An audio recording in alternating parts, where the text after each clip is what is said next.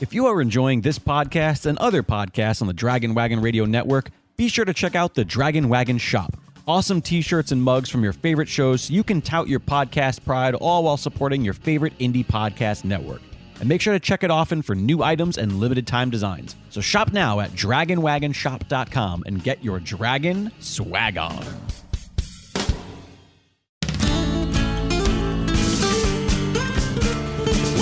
To this mythology, Paul's a connoisseur. Sarah has an interest, but it's all Greek to her. From Cronus's kids' weird childhood to what's going down in Hades' hood. These fables are bizarre but good.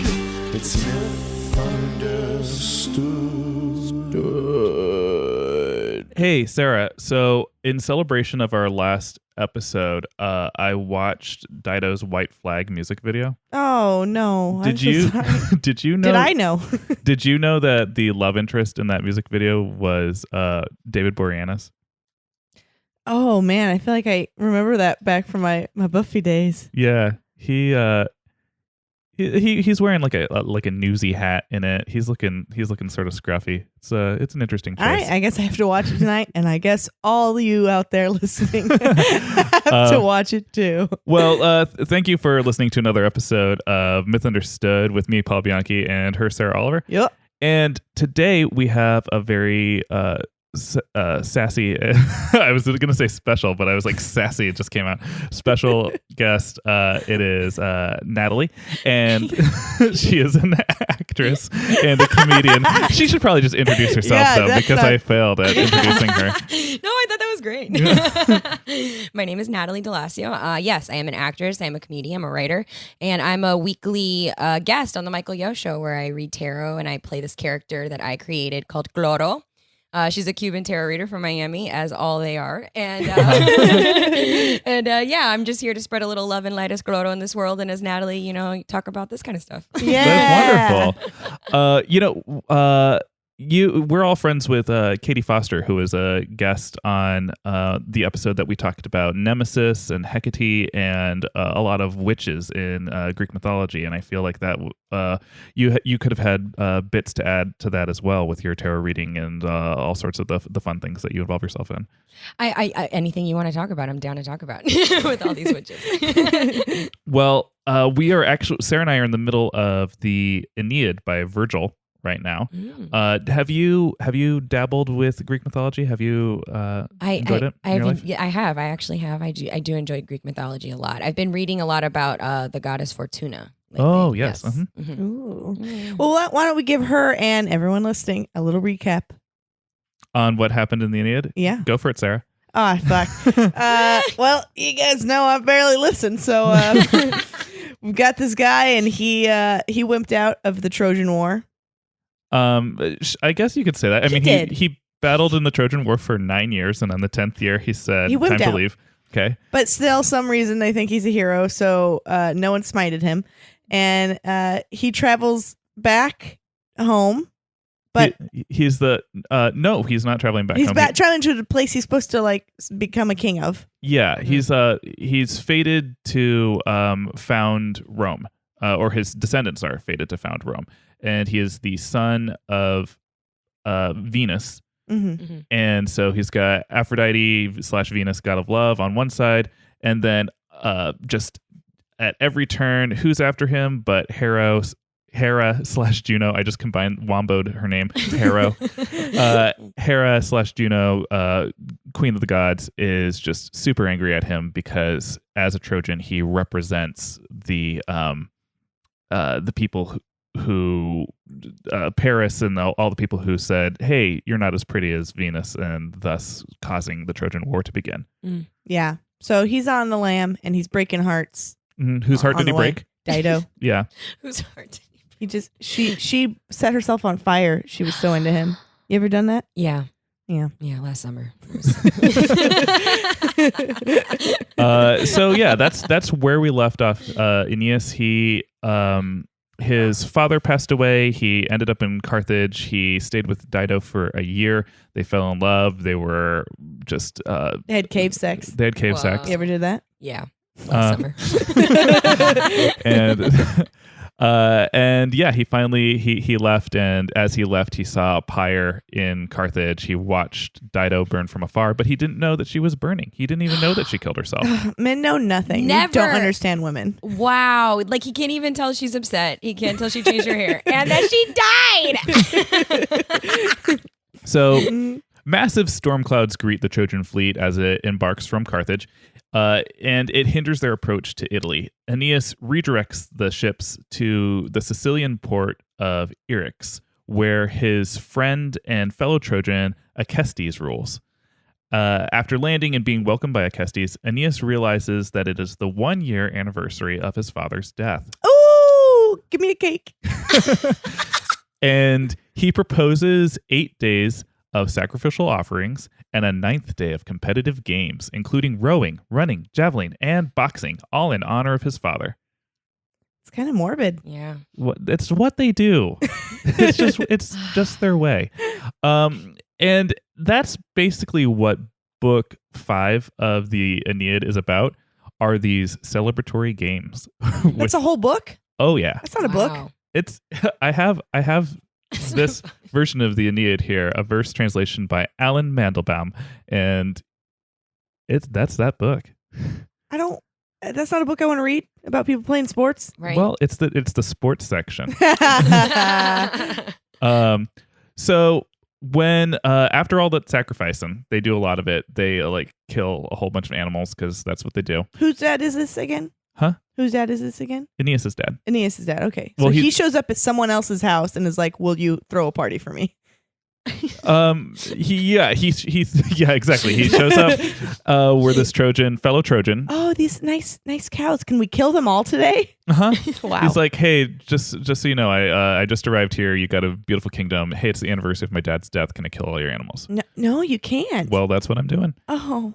So when the 9th day arrives, the festivities begin with a rowing race. And we're going to learn all about this rowing race. Oh, jeez. 4 galleys participate, each one piloted by one of Aeneas' captains and manned by many eager youths. Uh-oh. There's You know, some you- hot boys on those. Yeah, we got some beautiful youths. The 4 boats that are taking part, one's piloted by Gaius, and he pilots the Chimera, which leads during the first half of the race. His boat is called the Chimera. All right. During a turnaround point, the helmsman takes the turn too wide and his boat falls behind. Ooh, it's really exciting. Down to the final stretch, Sergestus takes the lead with Centaur, his boat, but it plows into the rocks because he's wily. And everyone dies? Probably. And no, he survives, but all the youth die. Yeah. Keeping him afloat. Wait, guys, do that together. Be all the youths dying. I'm made out of porcelain.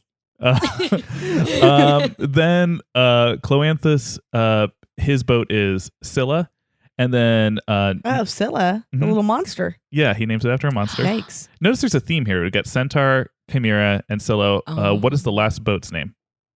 Daisy. Yeah. I mean, you're sort of I close second. because it's not as mythical sounding as everyone else. Mark. You got it close. It rhymes. Nestheus drives Shark. Shark. Oh, okay. Shark. Good old Yeah. shark. So Scylla and Shark race together to the finish, but Cloanthus prays to Neptune, which causes him to win. Neptune's like, here's an extra boost of waves, and he pushes him to the finish line. I don't like it that they help him cheat. I don't like that. Yeah. Well, he's the god of dreams. He's going to want everyone win their dreams. So, Neptune? yeah, right? He's the god of the ocean. Well, yeah, but in astrology, he's the god of dreams. Ooh, see, we're learning Ooh, new we can things. get crossover because we're going from Greek to this is Roman, Oh, that's true. This is And Greek then- mythology. and I'm then- thinking astrology. Roman to astrology. No. Well, it all finds its way, which It does. that's fantastic. yeah. And dreams are water. Dreams Water. are water. Water intuition. Yeah. Anyways, go on. Wow. I knew there was a reason we invited you here. So lavish prizes are bestowed upon all the competitors. They all get just participation prizes, even upon Sergestus after he dislodges his ship from the rocks. So, and with all of the dead youth aboard. So next comes the foot race. See, we're really just going through This all. is horrible. You love it. You love it, Sarah. This is Nissus leads for most of the race, but he slips on something near the finish. What is it? Not a banana peel. It's not a banana peel. An acorn. No. Ooh, someone's underwear. What do they have? What do they have in excess after 8 days? Cows?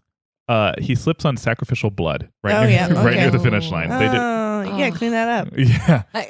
Yeah.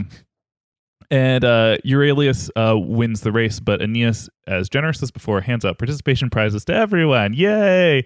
It's probably Some dollar store shit. yeah. He makes in the story he makes crowns out of myrtle, which is Who's that? It is a flowering, crawling, leafy plant that my mom once planted on our back. On your back. on our like back crest of a hill behind we had like this very steep incline of mud, and my mom decided to plant myrtle on it. Was it nice? Oh, it was very nice. Would Yeah, you make a crown of it though? I would have made a crown of it. Yeah, Okay. Would you have named it Myrtle? I would have no choice but to. It's what it's called. So then then it's time for the boxing competition, and the mighty I think you're gonna like this story because it's so bizarre. The mighty Trojan Darius puts on his gauntlets, his heavy fighting gloves, and challenges anyone who's gonna box me. Ah! And no one rises to the challenge. But Acestes, the king, finally persuades his fellow Sicilian Entellus, who was a great boxer but is now past his prime, to step into the ring. And so they begin their match. And he's like, I am Darius, and I'm gonna beat you up. Who is this guy past his prime? You want to fight an old man? Every day of my life. All right. You're going to look like a big winner if you beat the shit out of me, huh? Oh, You're yeah. going to knock my teeth out? Yeah. I don't have teeth, bitch. Oh, no. So they fight, and they just like pound each other with fierce blows. And Darius is much younger and much more agile, and so he's darting around him, and they fight with such fierceness that Aeneas decides to call an end to the match without there being a particular winner. Darius afterwards is like, well, I would have won. Do you want to see how much I would have won? This is what I would have done to you, Entellus. And he just like punches backwards towards like a cow that is behind him and punches the cow's brain just like clean right out of the cow's skull. He's like, that's what I would have done to you. So I thought you would enjoy that story because it's so, to me, it's so like, yes, a cartoon. It's more, I was thinking that. it's more animal violence, but it's so cartoony that it doesn't actually make me think about it too hard. Yeah. Yeah. It's really nice when a story just stops paying attention to the protagonist. I like this. Yeah. That's good writing, right? I mean, I think this book was Virgil just like, it was like, I just want it to be silly. Let's just have a silly chapter. I mean, everything was so down after Dido died. He was just really upset that it's not an animated series Yeah. when he finished his version. He was. Yeah, he he was was. like, I don't know what a cartoon is yet, but I wish this was a cartoon. So next, the archery contest commences. Eurytion wins by shooting a dove out of the sky, so more killing Good animals. Lord. Well, we just watched The Favorite, and they were killing a lot of A birds. lot of doves. Yeah. Really? Well, yeah. Mhm. Oh, thanks for the warning. Spoiler. I needed to know that. Acestes causes a particular stir when his arrow miraculously catches fire in midair. So again, we're just ignoring the rules of the world. Yeah. Um, It's a cartoon. It's fine. It's a Looney Tune. It is. This is a Looney Tune. Yeah. I used to watch that so much. Well, you're hearing a new one. So while all these fun and games are happening, Juno's anger against the Trojans has not yet subsided. So she's up My in her God, she needs to get laid. she's up in her tower, and she's like, Iris, come here. Iris, messenger goddess, come here. Coming. Yes. Where have you been? What have you been? Is that decoupage? I just was washing my hair. Oh, What? oh, I see. You've dyed your hair with all the shades of the rainbow. Thank you. Hey, well, so can you do me a favor? All of those Trojans that I hate are down there playing games, and they didn't invite any of their wives and daughters to partake in these games because they're Greeks. Obviously. Can you go down and incite all the women into some sort of riot or frenzy just to create havoc? That would be my absolute pleasure. Thank you. You should get dressed first, though. You're just wearing that terry cloth robe. I don't want them to get any ideas. Oh my goodness. That was intentional. Okay. So Iris, her messenger, goes down to the Trojan women who are further along the beach while the men are enjoying sport. Iris gets there and she disguises herself as Beroe, who is the aged wife of Tamarin Doriclus. What a name. Love it. And she, as this character Beroe, she stirs them into a riot. She plays on their fear of further journey and more battles. And she starts distributing to them flaming torches and says, "We should burn the ships so that the men have to build a new city here. Otherwise they won't be able to leave." But then there's this nurse named Pyrgo who's like, "No, that's not, guys, this isn't Beroe. I left Beroe like several stops ago because she kept complaining." Hey, it's me, broy. Let's bro down, my bros. You're going to stay here, Beroe. Oh. But the women were like, "We already have torches in our hands. So we're pretty much, come on. I don't care if it's not Beroe. Let's burn these ships. Let's party, guys." And so they all start to set fire to the fleet. Love it. And It's just fun. It's just a fun time. Yeah. I get it. So the Trojan men, they see the smoke and they rush up the beach and they're like, "Oh shit, what, why you guys do this?" Friday night. And they start dousing the ships with water, but they fail to extinguish the flames. Finally, Aeneas gets down on his knees and he prays to, Aeneas on his knees. As usual. and he prays to Jupiter to preserve his fleet. And immediately a rainstorm hits, ending the conflagration.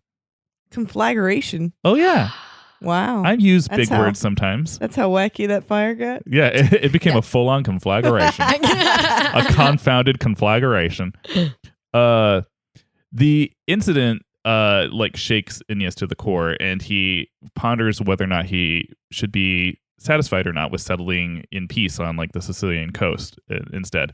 But then his friend Nades shows up. Natties are nice. It's all me. And he says that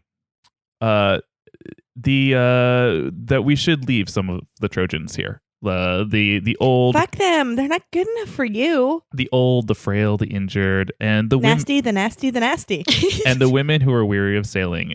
They should all be left here in the care of King Acestes.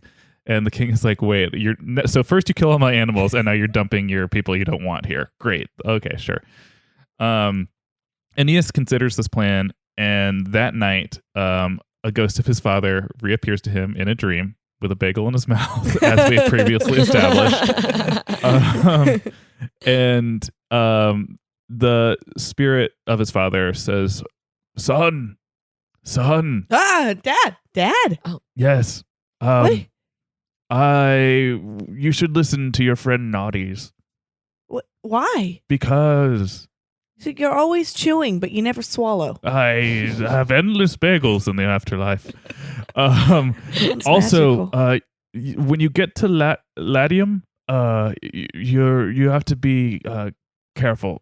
There's going to be a difficult foe there. So first, come to the underworld and visit me when you're Wait, there. what? No. Go to the underworld and visit me. Oh my God, Son. Dad. I miss you, Dad. Son. I'm really lost. Ooh, bye. All right. So thank you, nice king, that let us all stay here. Your kingdom is now a nursing home. Bye. Yep. So Aeneas doesn't know what to do with his father's mysterious prediction, especially when his father accidentally called him Dad. So the next day he describes it to King Acestes after he says, "Hey, take all these old people." He says, "What do you think I should do about this?" And King Acestes is like, I don't know, but I'll take all your old people. And then he just like grinds them up and eats them. Oh, No, he doesn't. this is no longer a Looney Tune. No. Then he just takes the old people and the Trojan fleet departs. Venus fears more tricks from Juno. And so she goes to Neptune and she's like, yoo-hoo, Neptune. What up? Hey, I recently learned that you're god of dreams in astrology. That's exciting. Yeah, my planet's about dreams. Yeah, that's cool. Well, I would love it if my son Aeneas reached Italy without harm. What? Can you make sure that he has safe passage across your gentle waters? Maybe if you do one thing for me. What's that? Boom, boom, boom, chicka, boom. You say the secret password. Oh, you almost had it right because he does give a condition for her. He says, I demand that one of his crew members perishes on this voyage as sort of dark. a sacrifice for the others. Okay, you know what? That's water Neptune there being real dark. 'Cause Damn. So on this voyage, Palinurus, who had a fairly large role in the story up until then in the books, he's the captain in Aeneas's fleet. He falls asleep at the helm and falls into the sea and drowns. Oh, They killed the wow. best friend? Yeah, he's like a pretty close friend in the That's story. how it usually works when you ask of the gods of something. If you're going to like request something that you're not working for, then something gets taken from you in return that means the most. Yeah, and So sad. if you imagine the Aeneid as a television series, like that it would be sort of one of those really unsatisfying deaths to Yeah. a character Well, that's like, you brought up Buffy before, so it's like Willow dying. No? Willow doesn't die. No, I'm saying that's what it would be like, right? Unsatisfying? Oh, yeah, I mean it'd be like Willow or Xander dying with like very They little. like fell off Yeah, they fell out of a moving they're like, car. wow. I guess they had to write them out of the series. Like it's like it's one of those sorts of deaths. At last, the Trojan fleet arrives in the shores of Italy. The ships drop anchor off the coast of Cumi, which is near modern day Naples. And Stay there. I used to live by Stay there. Naples. Did Not you? that Naples, Florida. Okay. Oh. No. Very fucking different. Good old fashioned Naples, Florida. Following his father's instructions, or at least the spirit of his father in his dreams, Aeneas makes for the temple of Apollo, where the Sibyl, a priestess, meets him. She is described as wild-eyed and having a heaving breast. No. Okay. Singular heaving breast. The other one's What? fine. Oh my gosh, how beautiful. And They're usually lopsided. a voice more than human speaks through her. And Sarah, I'm going to pass this to you, Oh, shit. and I want you to do your best Sibyl impression. It's that passage right there at the top. Ack! Now call upon the fates for oracles. The god is here. The god! And you slow to offer vows and prayers, Trojan Aeneas? Are you slow? The terrifying house will never open its giant jaws before your vows are spoken. Ack! Why'd you make her Kathy?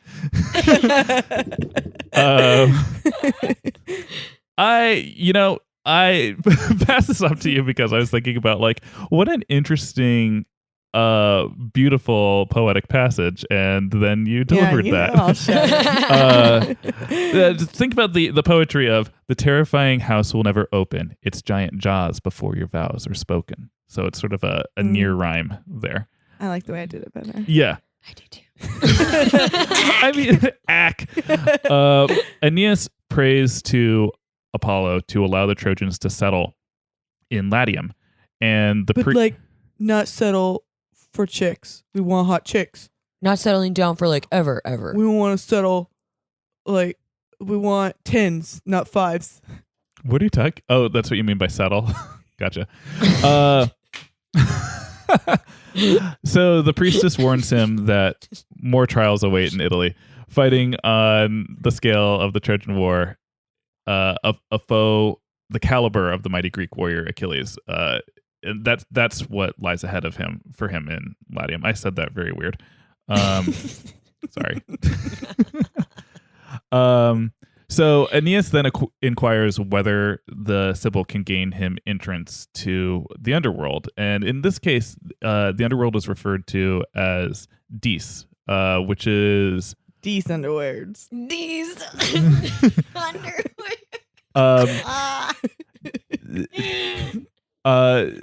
New yes. bit. And this is actually historically the first time that the underworld is referred to as Dis in a major work of literature. This is not. What are you guys laughing so much? These. Are you guys familiar with Dante's Inferno though? No. What is happening? I'm really very lost. Continue. Sarah has a mouthful of tea. Gotcha. So this is the first time that it's referred to. This is pre-Christian Dis, as opposed to in the Dante's Inferno, where it's the city of Dis, which is at the bottom of the Inferno. But that's where he gets this from, is Virgil's work. So Sybil informs him that to enter Dis with any hope of returning, he must first have a sign. So he must go out and he has to find a golden branch in a nearby forest. And she instructs him that if the bough breaks off the tree easily, it means fate calls Aeneas to the underworld. If Aeneas is not meant to travel there, the bough will not come off the tree. What the fuck? This is like it's like old school witchy stuff. I love it.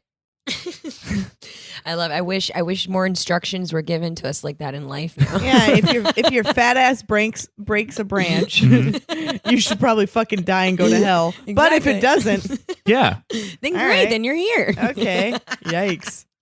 So Aeneas goes on, he wanders off on this quest to find this golden branch, and he looks in dismay at the size of the forest. But after he says a prayer, a pair of doves descends and guides him to his desired tree. Oh. They're like, you killed our friends in the archery tournament. This forest in the story is referred to as the Forest of Zero Birds too. So it's like very obvious when these two doves comes down. That's the official title. It's like it's saying that like this forest is so spooky that like the regular life of tweeting birds that would be in a forest aren't there. The Forest of Zero Birds. That's insane. Wow. So it guides him to his desired tree, and once he gets to that desired tree, he manages to tear from the tree a golden branch.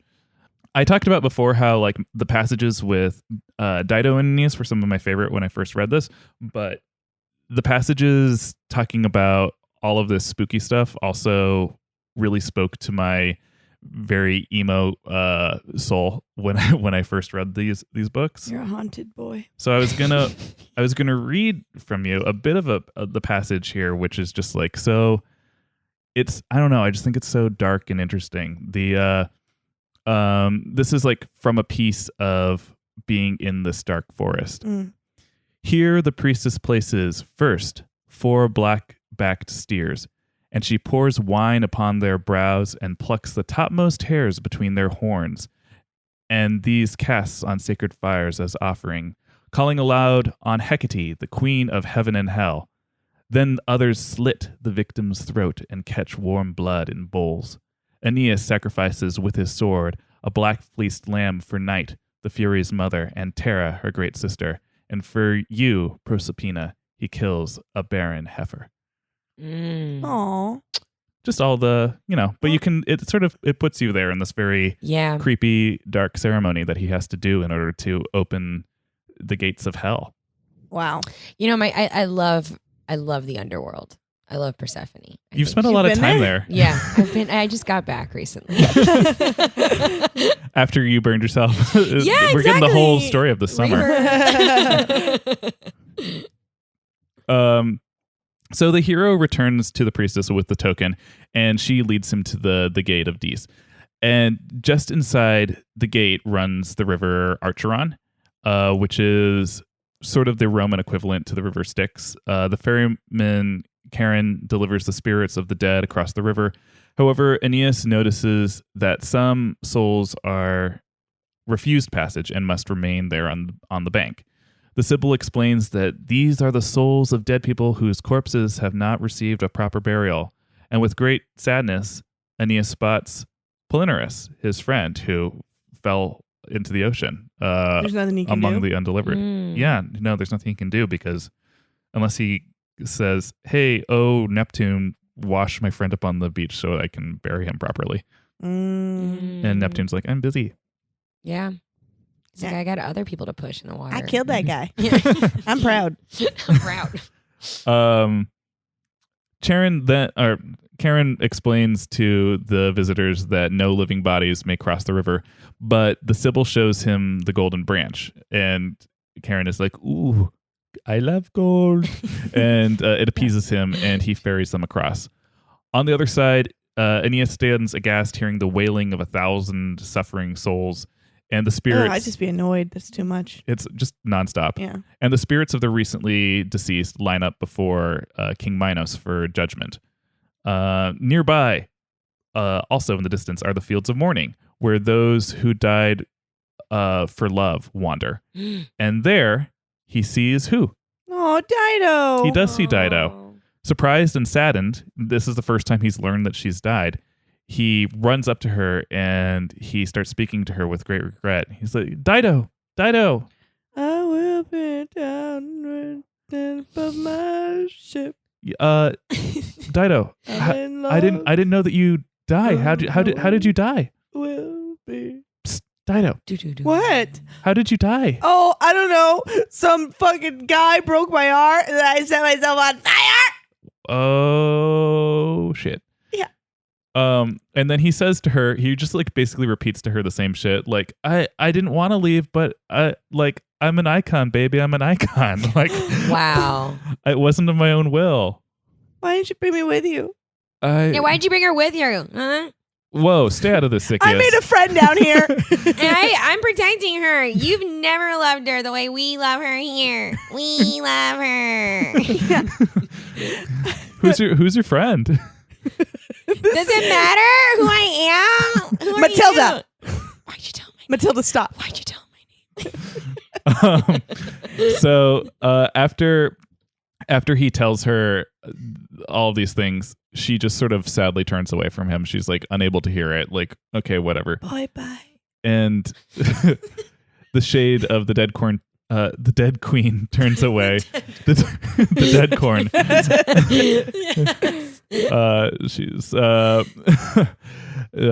He's stalked her for too long. I couldn't think of a pun in time.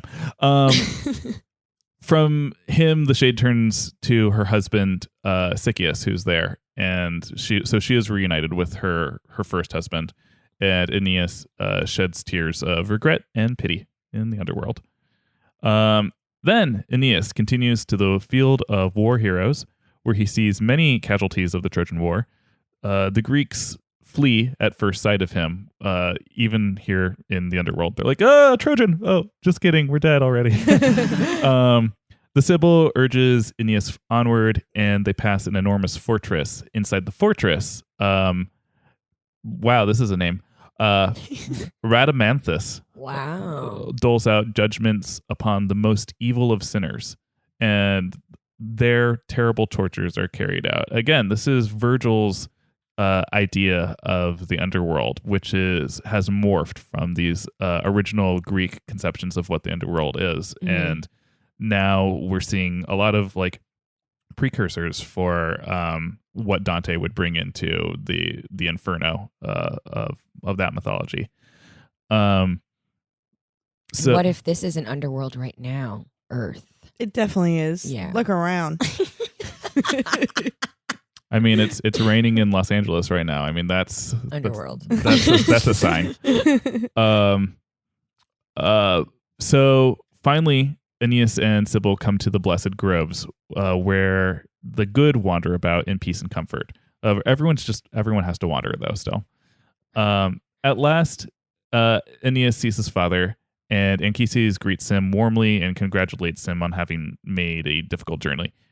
And he gladly answers some of Aeneas's many questions. He's like, "It's blueberry." The bagel. Yes. I've been wondering this whole time. But with a strawberry cream cheese. Oh, that's too much, Dad. No, it's not. It's weird. Don't mix your berries, Dad. All right. That's how you ended up in this mess. No. Anyway, I'm gonna eat my bagel. Bye. And then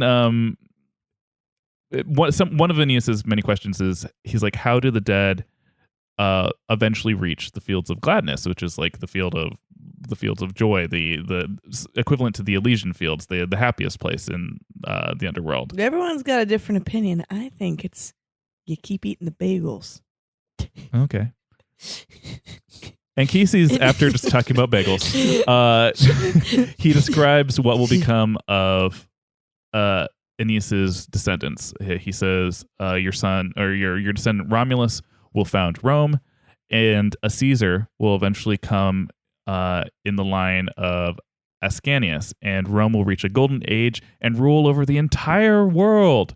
Again, this is more of their we are the Roman master race subplot here. Finally, Aeneas grasps the profound significance of his long journey to Italy, and Anchises accompanies Aeneas out of Dis, and Aeneas returns to his comrades. You want to go down Dis hallway, and then you're going to take a right at Dis door and go across Dis rivers, and don't talk to Dis dead people, though. He does not.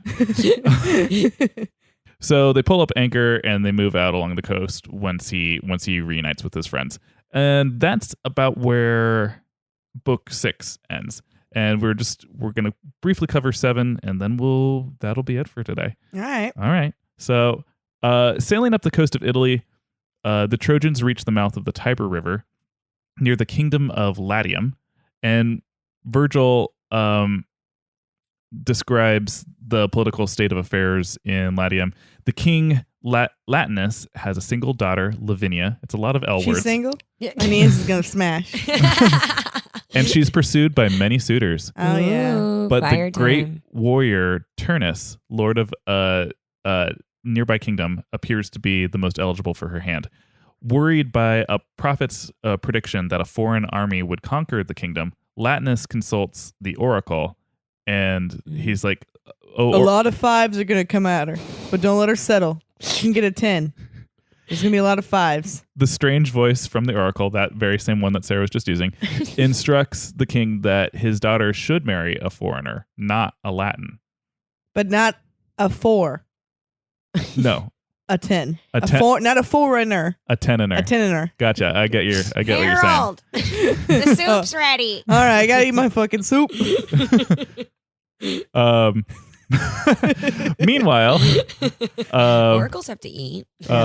star wipe over to Aeneas and his captains eating on the beach with fruit spread out on hard loaves of bread. Yep. Well, okay, so we got blueberry bagels and we got strawberry cream cheese. This is all I brought from the underworld. Sarah, I'm so excited because you're gonna hate this. You're gonna hate this. They finish. This is the way Paul enjoys life. They finish all of the fruit, but they are still hungry after they finish the fruit. And so they are so hungry that they decide to eat the bread that they used to table the fruit. Sound familiar? No, what are you talking about? Ascanius notes with a laugh that they indeed have been so hungry that they've eaten their tables, thus fulfilling the Harpy's curse in a manner far less dire than anticipated. That's not, a fucking loaf of bread does not a table make. Anything you eat food off of is apparently a table. Okay, well, like, my hand's a table. Eat your hand. Stupid. Yeah, it's really dumb. Aeneas recognizes that they have arrived in their promised land, and the next day he decides to send people to King Latinus and requests to share the land for the foundation for a new city. Latinus offers him territory as well as something a little extra. Being mindful of the oracle's words, he suggests that Aeneas takes the hand of his daughter Lavinia. He's like, "Hey, you're a tenener." Hey, thank you. I do work out.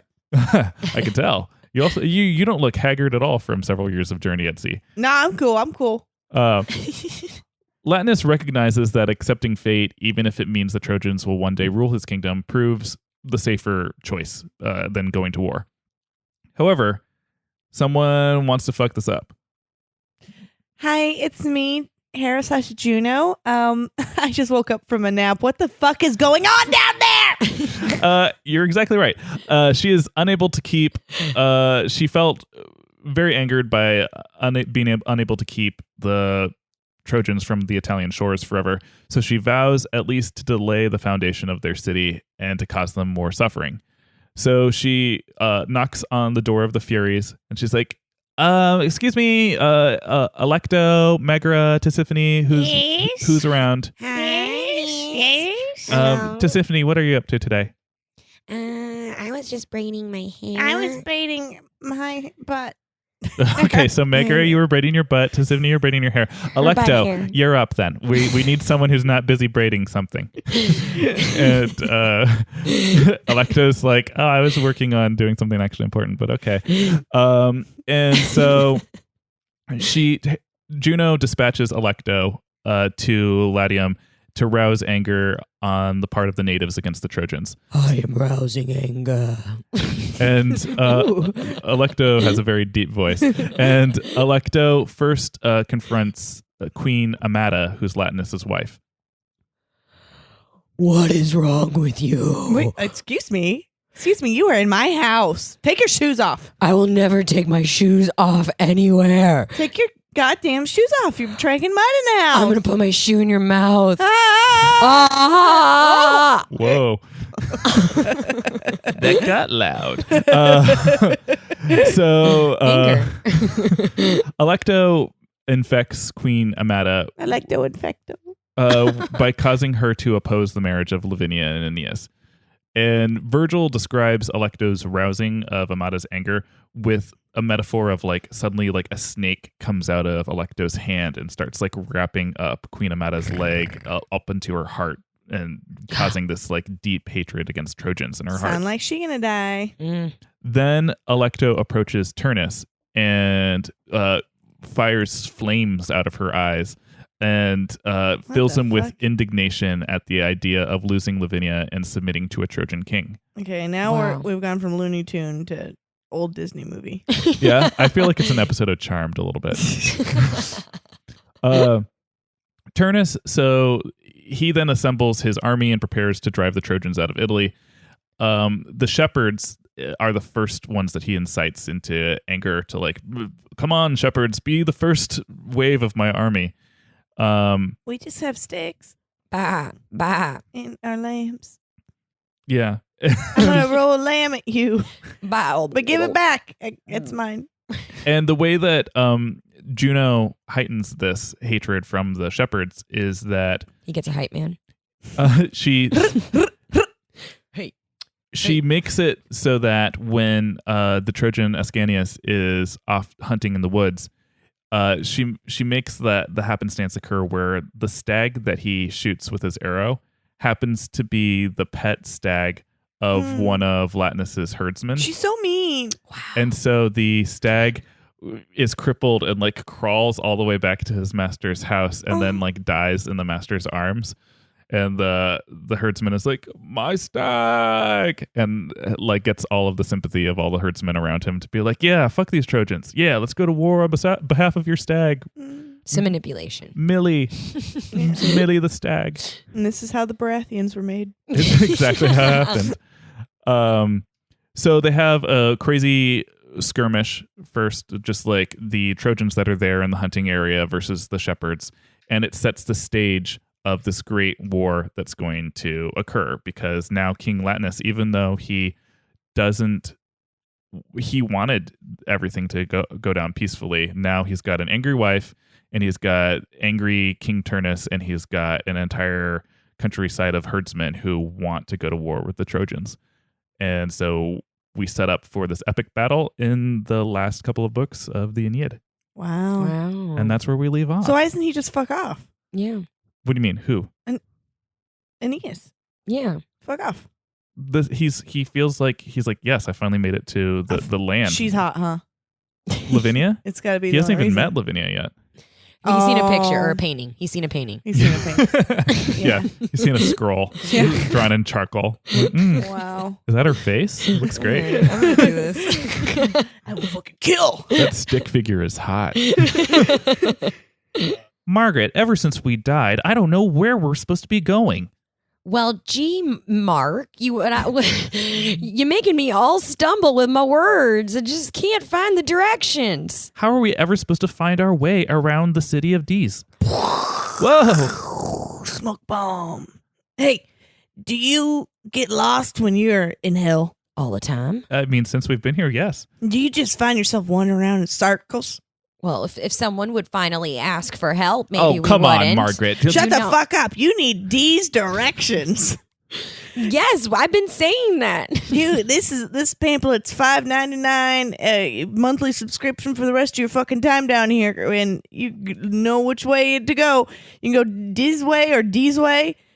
This really is hell. You're here to emasculate me. Hey, you shut the fuck up, Mark, you piece of shit. This is my heaven.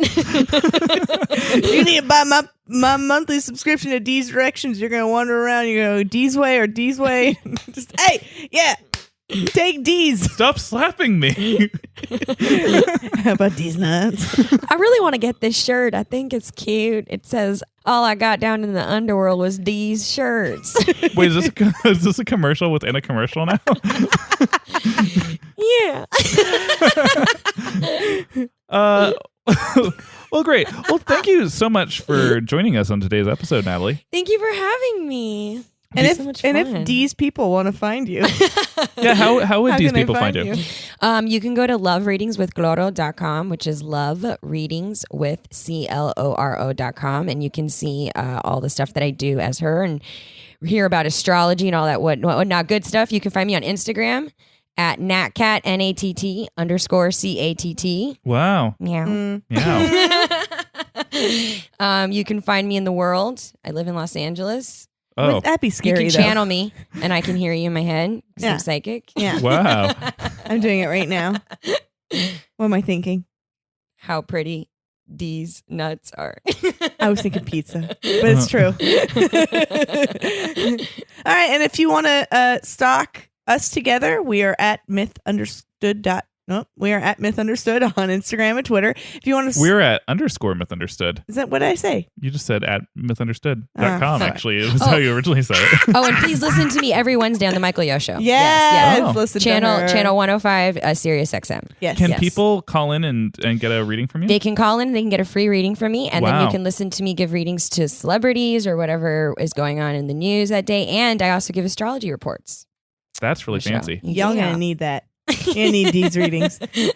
Okay, so let me try it again. If you want to follow the twos of us, we are on Instagram and Twitter at _mythunderstood. Uh-huh. If you want to follow at the Paul Bianchi On Instagram. just Uh-huh. Instagram. It was someone tagged Paul Bianchi on Twitter, and I hope he keeps getting tagged. It's not our Paul. Ooh. And then I am on Twitter and Instagram at the Sarah Oliver, and of course our daddy station at Dragon Wagon. Okay. It's at It's Dragon Wagon. at It's Dragon Wagon. At It's Dragon Wagon on all social media, all of them. We are part of the Dragon Wagon radio family, and we have merch. You want to wear some of our shirts that we make? Yeah, you can visit the shop. Go to dragonwagonshop.com, and you can wear them. Cool. Please also show your support at dragonwagonradio.com/support to help us out, help us survive this cold LA winter. It's fucking cold. Yeah. It is. Yeah. And thank you guys. We love all of your comments that you leave us, all your messages, and please get up on that Apple iTunes ratings, because that really helps us out. It Sure. helps people find us, and it helps us feel better about ourselves. I've been enjoying seeing all of the we've gotten 4 stories today about people's Spotify Oh, statistic yeah. stories, and people listen to us more Yeah. than other things, which is like, hey, that's cool. We love you. We wish we could listen to you. All right, bye. Bye-bye. Night-night. Hey, it's Zen Zenith, And I'm Jake Lloyd. and we're here to talk about Dragon Wagon Radio. This podcast you're listening to right now is a podcast on the Dragon Wagon Radio Network. Yes, it's a network that you and I started out of a desire to give voice to artists who maybe didn't have the platform previously to do a show the way that they want to do it. You can find it all online at dragonwagonradio.com.